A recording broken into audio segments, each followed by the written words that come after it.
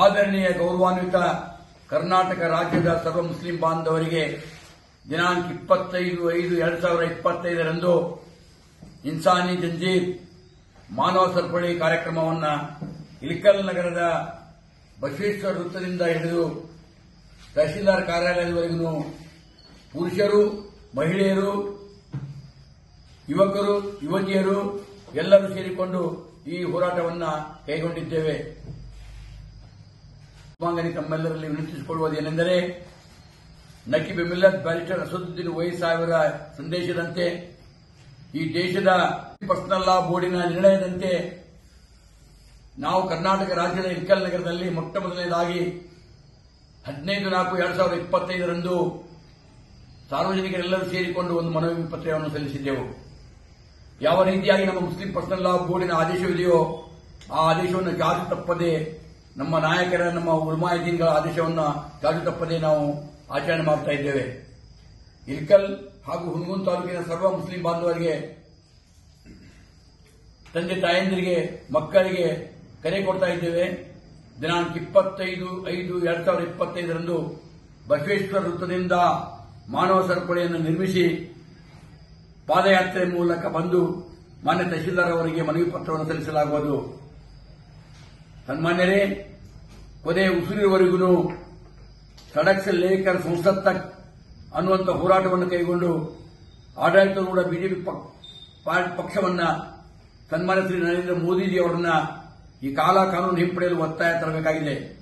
ನಾನು ಯುವಕರಿಗೆ ಕೊಡ್ತಾ ಇದ್ದೇನೆ, ಬನ್ನಿ ಯುವಕರೇ, ಹೇಳಿ ಎದ್ದೇಳಿ, ಅನ್ಯಾಯವನ್ನು ವಿರೋಧಿಸೋಣ. ಕ್ರಾಂತಿಕಾರಿ ಬಸವಣ್ಣನವರು, ಜಗಜ್ಯೋತಿ ಬಸವಣ್ಣನವರು ಹೇಳಿದಂತೆ ಅನ್ಯಾಯ ಮಾಡುವುದು ಪಾಪ, ಅನ್ಯಾಯ ಸಹಿಸಿಕೊಂಡು ಇರುವುದು ಮಹಾಪಾಪ ಎನ್ನುವಂಥ ಮಾತನ್ನ ತಮ್ಮೆಲ್ಲರ ಗಮನಕ್ಕೆ ತರುತ್ತಾ, ತಾವೆಲ್ಲರೂ ತಪ್ಪದೇ ದಿನಾಂಕ 25/5/2025 ಸರಿಯಾಗಿ 2 ಗಂಟೆಗೆ ಮಾನವ ಸರಪಳಿಯನ್ನು ನಿರ್ಮಿಸಲಾಗುವುದು. ಬಸವೇಶ್ವರ ವೃತ್ತದಿಂದ ರಸ್ತೆಯ 2 ಅಂಚಿನಲ್ಲಿ ಒಂದು ಕಡೆ ಪುರುಷರು, ಒಂದು ಕಡೆ ಮಹಿಳೆಯರು, ಸಾರ್ವಜನಿಕರಿಗೆ ಯಾವುದೇ ರೀತಿಯ ತೊಂದರೆ ಅಡಚಣೆ ಆಗಲಾರದ ಹಾಗೆ ಶಾಂತಯುತವಾಗಿ ನಮ್ಮ ಹೋರಾಟವನ್ನು ನಾವು ಪ್ರಸ್ತುತಪಡಿಸಬೇಕಾಗಿದೆ. ಕಾರಣ ಎಲ್ಲ ಯುವಕ ಯುವತಿಯರು ಈ ಹೋರಾಟದಲ್ಲಿ ಪಾಲ್ಗೊಂಡು ಹೋರಾಟವನ್ನು ಯಶಸ್ವಿ ಮಾಡಬೇಕೆಂದು ಮತ್ತು ಮುಸ್ಲಿಂ ಪರ್ಸನಲ್ ಲಾ ಬೋರ್ಡಿನ ಆದೇಶದಂತೆ ಆ ಆದೇಶವನ್ನು ನಾವೆಲ್ಲರೂ ಪಾಲಿಸಬೇಕೆಂದು ಕರೆ ಕೊಡುತ್ತಾ ನನ್ನ ಮಾತುಗಳನ್ನು ಮುಕ್ತಾಯ ಮಾಡುತ್ತೇನೆ. ಜೈ ಹಿಂದ್. बिस्मिल्लाहिर्रहमानिर्रहीम।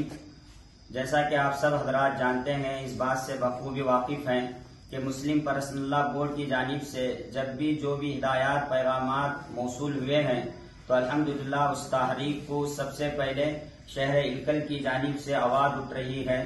तो आज बरोज़ जुम्मा बाद नमाज मगरिब अंजुमन में अलहाज उस्मान गनी साहब मुमनाबाद की क़ियादत में हमायदीन शहर, कायदीन मिल्लत और हजरात उलमा इकराम के दरमियान में एक अहम मीटिंग इंसानी जंजीर तहरीक पर गुफ्तगू हुई।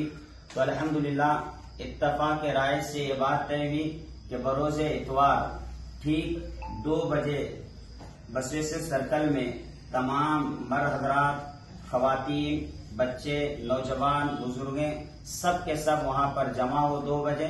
इंशाअल्लाह 2 बजे से 2:30 बजे तक इंसानी जंजीर तहरीक बनाई जाएगी और उसके बाद 2:30 बजे से वहां से निकलकर तहसीलदार में पहुंचकर मेमोरेंडम पेश किया जाएगा। तो ये मैं आखिर में बात कहता हूं कि हक बात के लिए लड़ना सीखो, लड़ नहीं सकते तो बोलना सीखो, बोल नहीं सकते तो लिखना सीखो, लिख नहीं सकते तो साथ देना सीखो, और साथ भी नहीं दे सकते तो जो लिख रहा है, बोल रहा है, उठ रहा है, कह रहा है, उसके हौसलों को बढ़ाना सीखो। जज़ाकल्लाहु खैरन व अहसनल जज़ा। ಇನ್ನಷ್ಟು ಅಪ್ಡೇಟ್ಗಳಿಗಾಗಿ ಫಾಲೋ ಮಾಡಿ ವಿಜಯ ಧ್ವನಿ ನ್ಯೂಸ್.